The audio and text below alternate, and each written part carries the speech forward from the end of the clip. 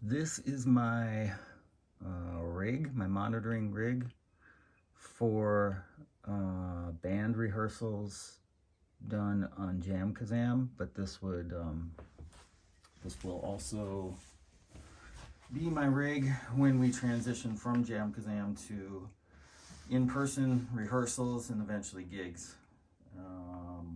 I just wanted to run through the whole signal chain here and show how I'm using this, how my setup works for me, in case it might spark some ideas for somebody that as you're working through your rig, maybe you have equipment that's sitting on a shelf that you didn't think about and could work for this use. It's going to be a little geeky, but I find this stuff interesting, and maybe you will. So let's just run through what I've got. Starting the vocal chain with an SM58. This goes down to the newest piece of my rig, which is this ART Tube MPC mic preamp compressor. I just started using this. I like it though. So what I had been doing is using this Pod HD500 as pretty much the entire vocal chain. The Pod HD500 has a microphone input, and then I essentially created a preset that tried to mimic a mic pre-simulation, and I used the compressors built into the HD500, and then on top of that, I am using the Pod HD500 for time-based effects like delay and reverb, and then it also has a built-in smart harmonizer, so I started using that in very limited usage to harmonize my vocal parts. It's a fairly rare effect, but it's kind of cool if it's layered in with other live vocals too. So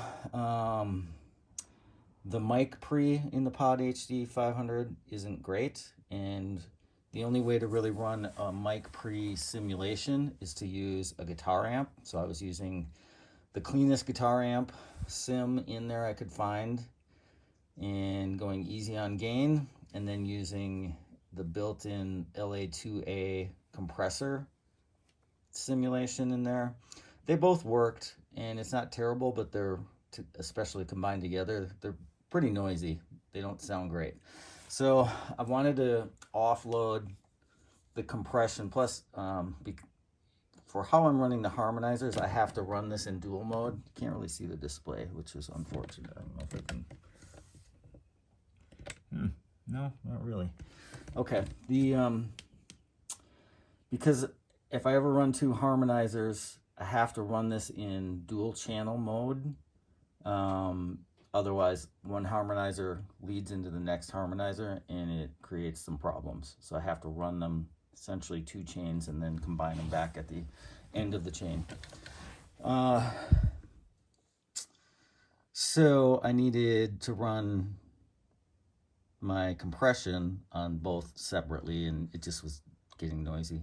So I decided to try this out. I'm pretty happy with it so far.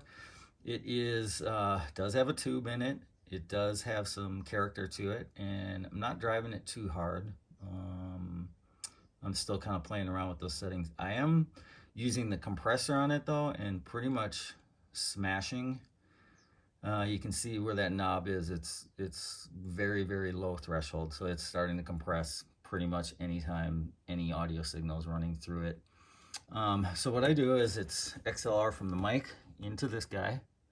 Then I'm using just the unbalanced out because it's such a short run. So it's that 1/4 inch cable coming out of the back of this, goes into the auxiliary in on my pod, rather than you can use the microphone input. That's how I used to do it. You could use the guitar input, but since I'm sending it a line level, I am using the auxiliary in. So then you got to program the Pod HD500 for your input. and tell it to use the auxiliary in.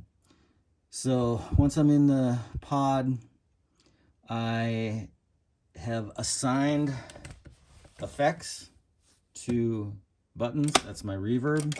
That is these are patches that I just created. That is basically a doubler. It's just a really short delay effect with some modulation on it. And then that's my harmonizer low, harmonizer high. And then I've got tap tempo for delay. My delay is programmed to always be on. It's always running. And then the way I control it is with the foot pedal. So I can dial it up and bring it back whenever I want. And then tap the tempo in when the mix is down. So this whole chain then, even though I've got there, unfortunately cannot see the display here. I'm not sure how to fix that. I've got the 2 channels running inside the pod. So it's auxiliary in is the input for both channels. They run, channel 1 is running the high harmonizer effect, and that's it. And then it gets combined into the mixer and mono subbed at the end. The second channel is running low harmony and reverb, doubler, and the delay. Also getting combined mono sub. So that mono sub, so basically the totally affected, so preamped, compressed, affected, comes out this XLR that goes to my this XLR is going to my wireless in-ears, channel 1.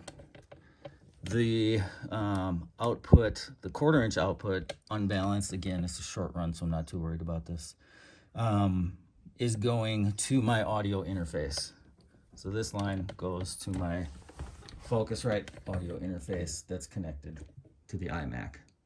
So that's how I get my audio into the computer and into Jamkazam. I originally ran Jamkazam with VST plugins and just ran like compression and reverb, and that worked okay, but I liked the idea of having this rig so that I had total control over my effects and can just reach down and, you know, program and do knobs and turn things on and off at will. Couldn't really do that when you run a VST plugin within Jamkazam. It's kind of turn it on and that's it. So once the signal gets into my interface into Jamkazam, when I'm playing Jamkazam, so when I've got in a session and I'm playing with a band, that line comes out here, this XLR. So let's take it back here. Goes into the powered speaker, and then a parallel out, basically it's just a split out. Another XLR goes to the other channel for my in-ear monitors, my wireless in-ears. Now, why am I running a powered speaker and wireless in-ears? Because I first started with just using the powered monitor and I'm transitioning to the in-ears. The in-ears, I think, work better for monitoring. It's isolated, I can hear better, I can key off pitch better. But I'm used to using in-ears in a live band setting where there's actual noise going on, and because Jamkazam is so isolated and there's nobody else in the room, it feels really weird. So basically I'm leaving the speaker running Jamkazam as it comes back, and just to have some ambient band noise in the room for the most part.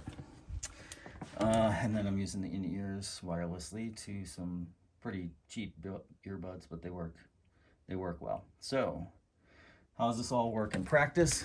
Let's just start a solo session here. Quick start private.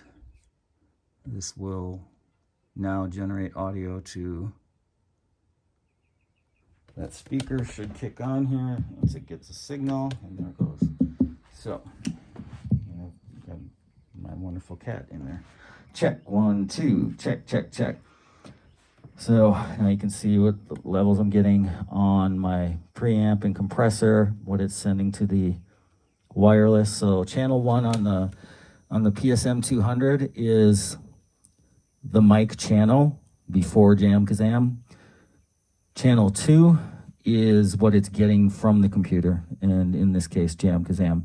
So in Jamkazam, I am sending a level. If I'm in a session with the band, I keep my Jamkazam level pretty low because I can hear myself from my in-ears, and I control that and bring that level much higher than the rest of the band, because that's what works for me for in-ears. So for the delay effect, yeah,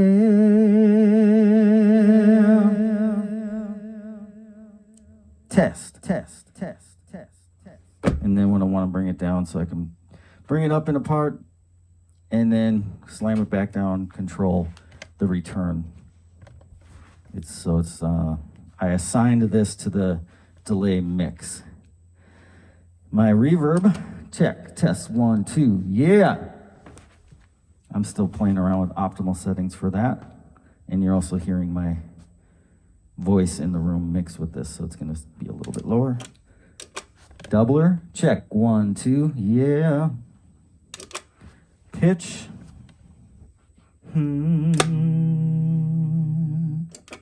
Pitch low, pitch high.